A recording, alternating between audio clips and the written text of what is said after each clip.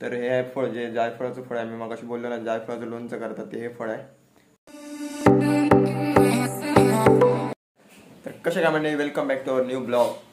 तर आता बसतो आम्ही जेवायला.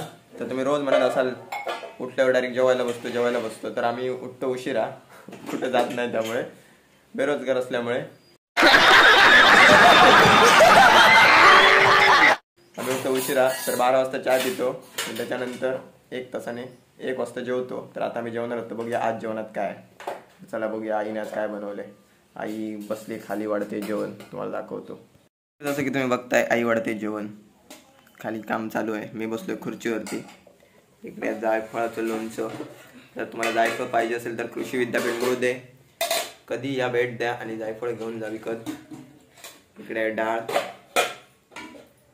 तर आज आहे डाळ, भात, लोणचं आणि बटाट्याची भाजी आणि परत सोयाबीनची भाजी. तर बाकी कोणाला आज बटाट्याची भाजी खायची नाही, तर मी खाणार आहे एकटा बटाट्याची भाजी. तर जशी की मी सांगितली होती, बटाट्याची भाजी माझ्या मनासारखी झालेली नाही आज, पण त्याच्यात पाणी अजिबात दिसत नाही.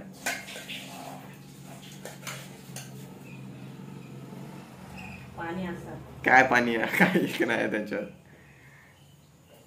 ही भाजी तुम्ही बघू शकता, बटाट्याची कमी आणि भोपळ्याची जास्त वाटते.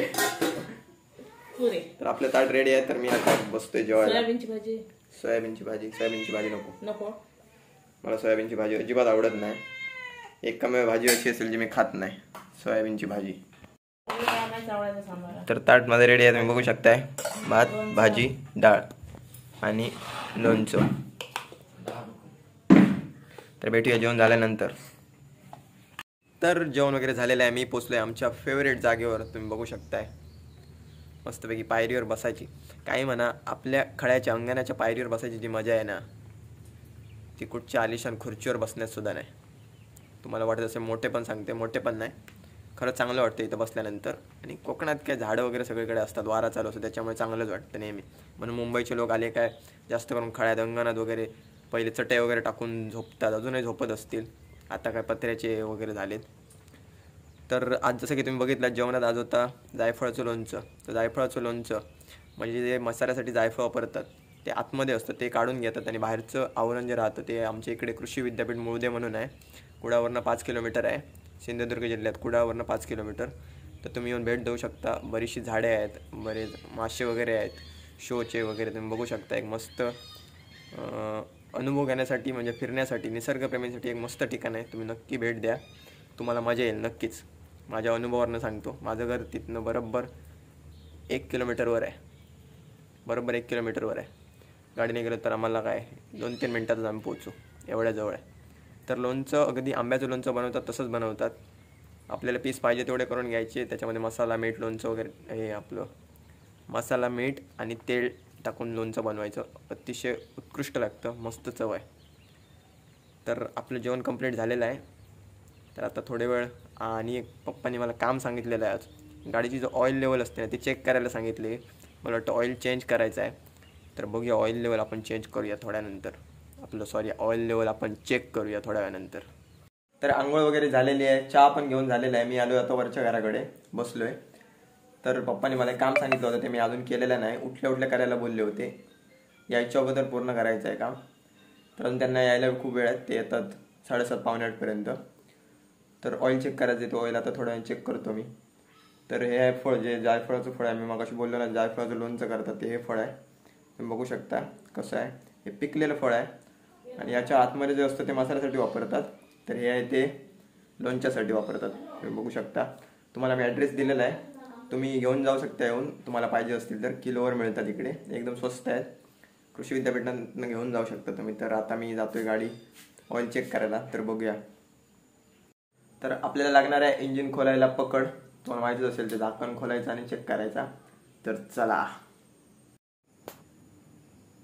तर ही आमची गाडी आहे पॅशन प्रो 2015 मधला मॉडेल आहे. आपल्याला हे खोलायचं आहे पहिलं. तर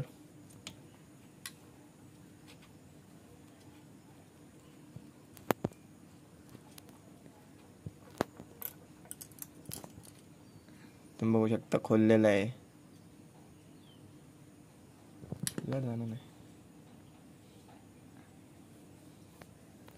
त्याला पुसून घ्यायचं कपड्याने. पुसून घेतलेलं आहे.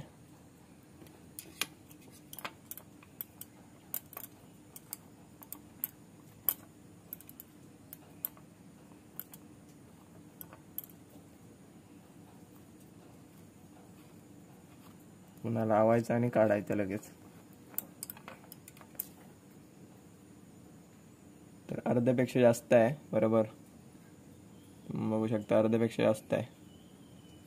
तर बघूया पप्पा आल्यावर त्यांना सांगायचं. आता पण मग होतं तसं लावून ठेवतोय.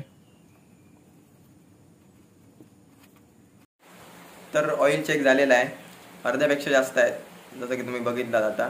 तर चेक करायला का सांगितलं, तर मागच्या वेळी जेव्हा पाऊस पडायच्या अगोदर मॅचेस वगैरे चालू होते तर आम्ही फिरायचो सारखे गाडी घेऊन, तर ऑइल वगैरे चेक केलं नव्हतं तेव्हा. आणि अचानक एक दिवशी पप्पांनी चेक केलं तर त्याच्यात अजिबात ऑइल नव्हतं. जर ऑइल नसेल तर इंजिन ब्लॉक होऊ शकतं आणि खूप मोठा खर्च येतो मग इंजिन काम करायला, तुम्हाला माहीतच असेल. तर म्हणून आता अगोदरच चेक केलं आहे. तर अर्ध्यापेक्षा जास्त आहे. तर आता पप्पा आल्यावर त्यांना सांगायचं की केवढं आहे ते. तर मंडळी फायनली वाजलेत 9:15, जेवण वगैरे झालेलं आहे. आता मस्तपैकी झोपायचं, एडिट वगैरे करून अपलोड करून. तर आजचा दिवस कधी गेला काय कळलंच नाही.